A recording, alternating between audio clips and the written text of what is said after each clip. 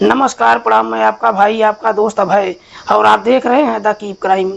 दोस्तों, आज की जो सच्ची कहानी मैं आपको सुनाने जा रहा हूँ, ये सच्ची कहानी है महाराष्ट्र के नागपुर शहर की। नागपुर का एक इलाका पड़ता है दत्तवाड़ी और इसी दत्तवाड़ी इलाके का रहने वाला है अतुल चंद्र। अतुल, जिसकी उम्र है लगभग 72 साल के आसपास, जो कुछ साल पहले ही अपनी सरकारी नौकरी से रिटायर्ड हुए हैं। अतुल जब अपनी नौकरी से रिटायर होते हैं, अच्छा खासा पैसा भी मिलता है। अतुल की पत्नी का नाम है सीमा। सीमा, जिसकी उम्र है लगभग 65 साल के आसपास। अतुल की एक ही बेटी है प्रियंका। प्रियंका, जिसकी उम्र है लगभग 22 साल के आसपास, जो अपने इलाके की एक प्राइवेट कंपनी में सॉफ्टवेयर इंजीनियर की नौकरी करती है। प्रियंका भी काफ़ी अच्छा खासा पैसा कमाती है। बात कर रहा हूँ मैं 14 अप्रैल 2024 की दोपहर के लगभग 2 बजे के आसपास की। दरअसल प्रियंका अपने माता पिता के साथ ही बैठकर खाना खाती है और उसके बाद बिग बाजार में खरीदारी करने के लिए चली जाती है। जब बिग बाजार में पहुंचती है तो वहां पर प्रियंका अपनी मौसेरी बहन सीमा को भी बुला लेती है। उसके बाद दोनों कुछ खरीदारी करते हैं, खाते पीते हैं और देखते ही देखते शाम के लगभग 7 बज जाता है। सीमा वहीं से अपने घर चली जाती है और प्रियंका अपने घर पर आ जाती है। लेकिन प्रियंका जब अपने घर के अंदर प्रवेश करती है तो घर के अंदर का नज़ारा देखकर उसके पैरों तले से जमीन खिसक जाती है। दरअसल घर के अंदर प्रियंका के माता पिता का डेड बॉडी पड़ा हुआ था और घर का सारा सामान भी इधर उधर बिखरा पड़ा हुआ था। प्रियंका जैसे ही इस तरह का नज़ारा देखती है, जब जोर जोर से चीखना चिल्लाना शुरू कर देती है। उसकी चीख पुकार सुनकर धीरे धीरे आस पड़ोस के लोग भी वहां पर इकट्ठा होने लगते हैं और आस पड़ोस के लोग भी जब इस तरह का नज़ारा देखते हैं, तुरंत ही इस बात की जानकारी पुलिस को दे देते हैं। इधर पुलिस को जैसे ही सूचना मिलती है, पुलिस तुरंत ही अपनी टीम के साथ घटनास्थल पर पहुंचती है और सबसे पहले प्रियंका के माता पिता की डेड बॉडी को चेक करती है। तो मालूम चलता है कि दोनों के गले पर किसी तेज धारदार हथियार को चला दिया गया है। दरअसल घर का सारा सामान भी इधर उधर बिखरा हुआ था, जिसे देखकर पुलिस अंदाजा लगाती है कि शायद इन दोनों की हत्या लूट के इरादे से किया गया है। पुलिस जब इस पूरे वारदात के बारे में प्रियंका से पूछताछ करती है तो प्रियंका रोते हुए पुलिस वालों से कहती है कि साहब, जब यह घटना हुई थी उस समय मैं बिग बाजार में थी और मेरे साथ मेरी मौसेरी बहन सीमा भी मौजूद थी। पुलिस प्रियंका से पूछती है कि घर का कोई सामान भी गायब हुआ है। इस पर प्रियंका पुलिस वालों को जवाब देती है कि साहब 10,000 रुपये और घर से लगभग 1 लाख का गहना भी गायब हो गया है। पुलिस सबसे पहले दोनों की डेड बॉडी को अपने कब्जे में लेती है और उसे पोस्टमार्टम के लिए भेज देती है और फिर प्रियंका की तहरीर पर धारा 302 के तहत अज्ञात अपराधियों के खिलाफ मुकदमा दर्ज करती है और फिर इस मामले की जांच पड़ताल करना शुरू करती है। पुलिस अपनी तमाम कोशिश कर लेती है, लेकिन बावजूद इसके अपराधियों के बारे में कुछ भी मालूम नहीं चलता है। लेकिन पुलिस को एक बात समझ नहीं आती है। दरअसल अतुल के घर में एक पालतू कुत्ता है। अगर उसके घर के अंदर कोई भी अनजान व्यक्ति प्रवेश करता है, वो कुत्ता भौंकता जरूर है। लेकिन पुलिस जब इस बारे में पड़ोसियों से पूछताछ करती है तो पड़ोसी कहते हैं कि साहब, हमने कुत्ते को भौंकते हुए सुना ही नहीं था, जिससे पुलिस भी अंदाजा लगाती है कि शायद जिसने भी घर के अंदर प्रवेश किया होगा वो जरूर अतुल का कोई जानने वाला ही होगा। लेकिन इस मामले में एक सच्चाई ऐसी भी थी जो केवल अतुल के करीबी ही जानते थे। दरअसल प्रियंका अपने माता पिता की रियल संतान नहीं थी। दरअसल जब प्रियंका 7 महीने की थी तभी उसकी मां की मौत हो जाती है। प्रियंका के पिता अपनी दूसरी शादी करने के लिए अपनी बच्ची को ले जाकर अनाथ आश्रम में छोड़ देता है। इधर अतुल को भी कोई बच्चा नहीं था, इसीलिए 7 महीने की उम्र में ही प्रियंका को गोद ले लेता है और फिर प्रियंका को अपनी सगी बेटी की तरह पालता ही नहीं है, बल्कि पढ़ने लिखने के बाद प्रियंका को एक अच्छी नौकरी भी मिल जाती है। पुलिस जब इस मामले की जांच पड़ताल करते हुए फिर से प्रियंका के घर पर जाती है और पड़ोसियों के माध्यम से पुलिस को जब मालूम चलता है कि प्रियंका अपने माता पिता की रियल संतान नहीं है, ये जानकर भी पुलिस को कहीं ना कहीं प्रियंका के ऊपर ही शक चला जाता है।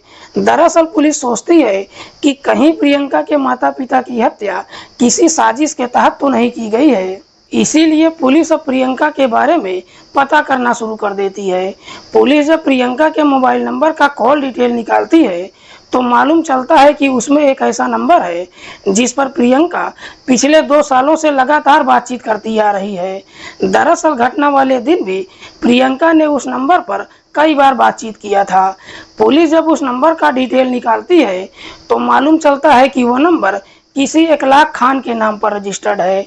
इखलाक खान जिसकी उम्र है लगभग 25 साल के आसपास, जो प्रियंका के इलाके का ही रहने वाला है।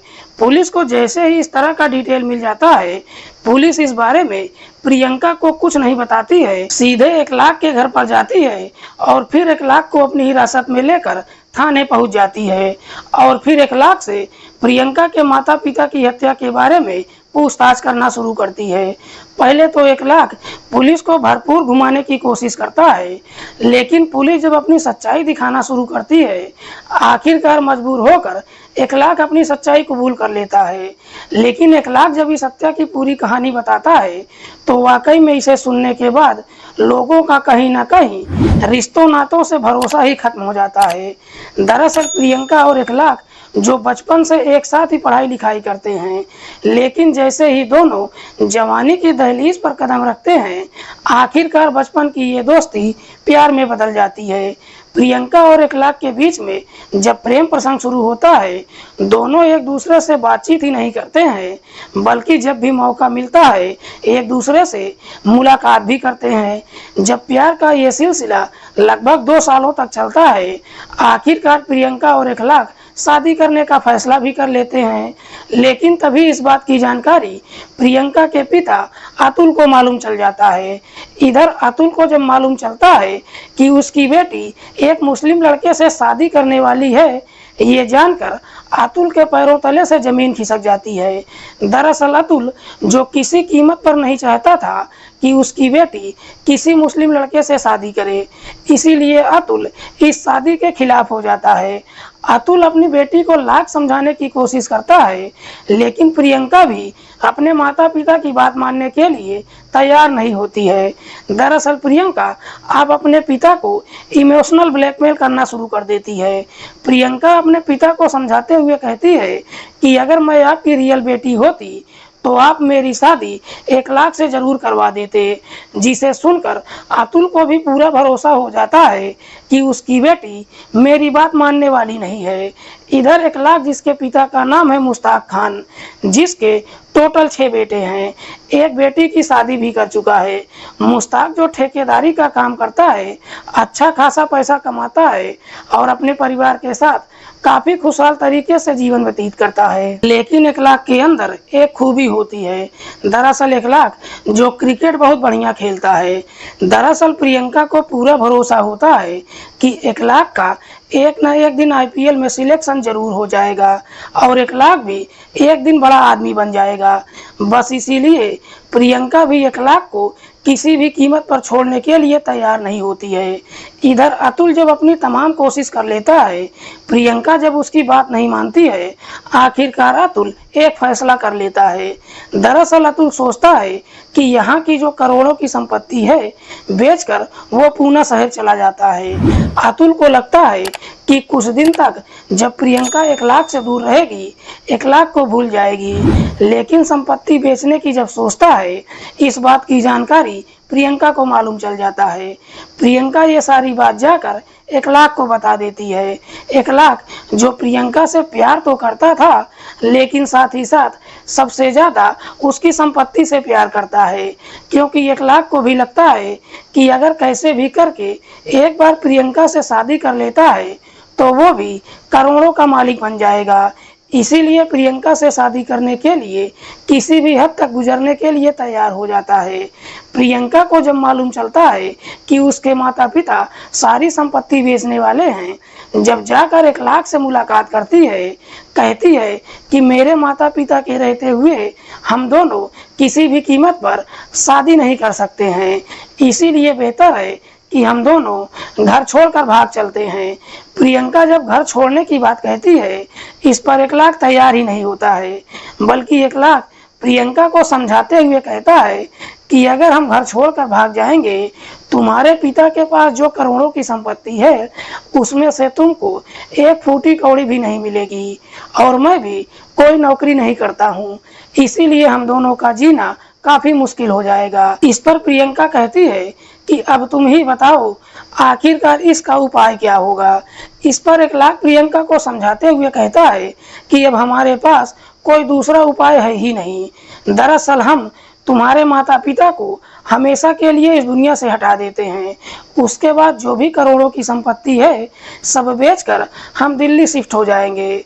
जैसे ही इस तरह का सुझाव देता है, प्रियंका भी 1 लाख की बातों में आ जाती है और फिर अपने माता पिता को ही हमेशा के लिए इस दुनिया से हटाने का तय कर देती है। उसके बाद प्रियंका और 1 लाख प्रियंका के माता पिता को इस दुनिया से हटाने का एक षड्यंत्र बनाते हैं।